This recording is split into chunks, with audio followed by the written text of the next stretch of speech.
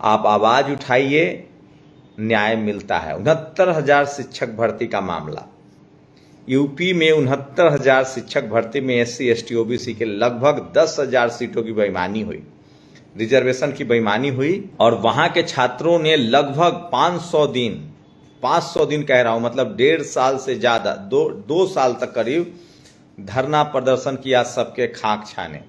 नतीजा आज Allahabad high court ने उसको रद्द कर दिया है, उस भर्ती को ही रद्द कर दिया है और मेरिट लिस्ट नया बनाने को कहा है।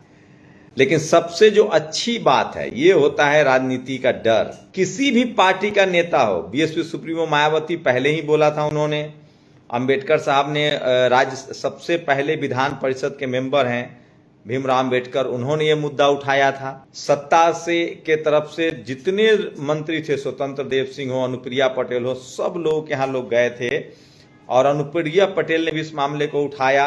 अब तो केशव प्रसाद मौर्य जो डिप्टी CM है, उन्होंने भी कहा है कि ये सही फैसला है और तमाम लोगों ने इस फैसले का स्वागत किया। अखिलेश यादव ने इस फैसले का स्वागत किया है और अब जाकर 69,000 शिक्षक भर्ती में न्याय मिलेगा। लेकिन कुछ नाम हमेशा आपको याद रखने पड़ेंगे, वो तस्वीरें दिखाऊंगा, चाहे वो चंद्रशेखर आजाद का मामला हो, पल्लवी पटेल का मामला हो, इन लोगों ने भी उस समर्थन किया था उस आंदोलन का, और चंद्रशेखर तो कई बार गए थे और ये किसी से छिपा हुआ नहीं है, तो तमाम लोगों की। लेकिन सबसे बड़ी बात है, बियॉन्ड द पार्टी लाइन तमाम SC ST OBC के नेता जो हैं वो एकजुट होने लगे हैं। ये एक अच्छी कोशिश, अच्छी पहल है, चाहे वो केशव प्रसाद मौर्य हो, चाहे अनुप्रिया पटेल हो, चाहे संजय निषाद हो, तमाम लोग किसी भी पार्टी में हो, लेकिन वो समाज के हक अधिकार के लिए अब एकजुट हो रहे हैं। ये एक बड़ा बदलाव है। समावेशी साधन के रूप में आरक्षण जरूरी है, राष्ट्रपति ने कहा है। लेकिन सोचिए,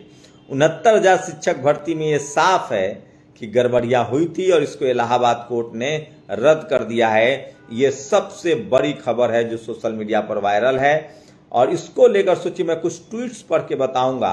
इसमें अमरेंद्र पटेल बाहुबली को आपको नहीं भूलना चाहिए। ये वो तस्वीरें हैं, देखिए, ये तमाम तस्वीरें हैं धरना प्रदर्शन के। ये वो तस्वीरें हैं जो 69,000 शिक्षक भर्ती में लगभग 500 दिनों तक लोगों ने धरना प्रदर्शन किया था।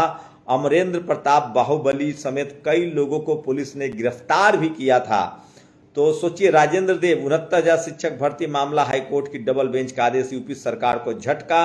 अब तक जारी दोनों लिस्ट रद्द, 3 महीने के भीतर आरक्षण नियमों का पालन करते हुए नई लिस्ट बनाने का उन्होंने आदेश दिया। ये सबसे बड़ी खबर है।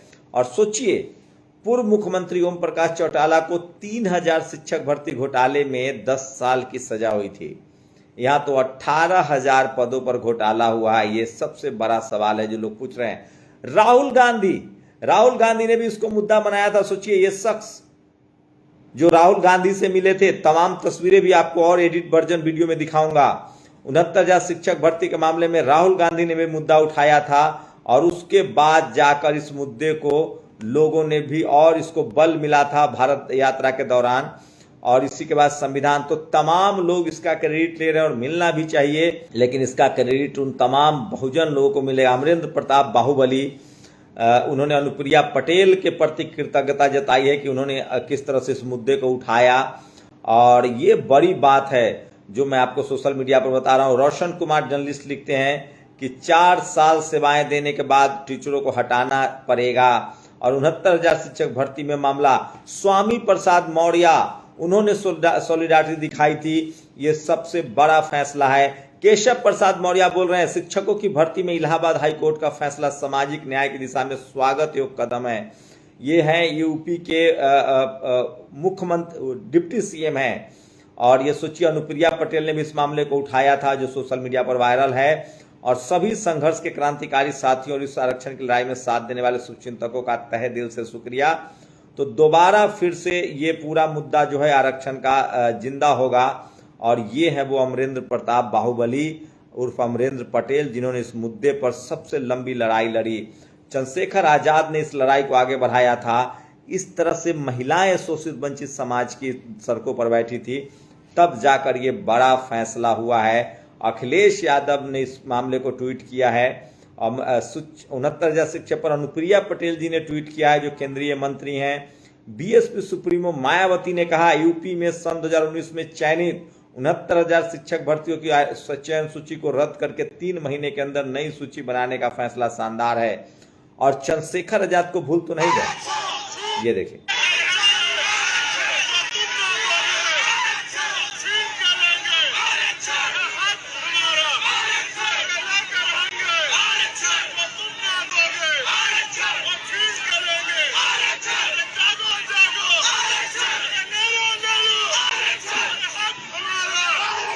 तो चंद्रशेखर आजाद सड़कों पर उतरते थे 69,000 शिक्षक भर्ती के मामले में। ये तस्वीरें यादगार है।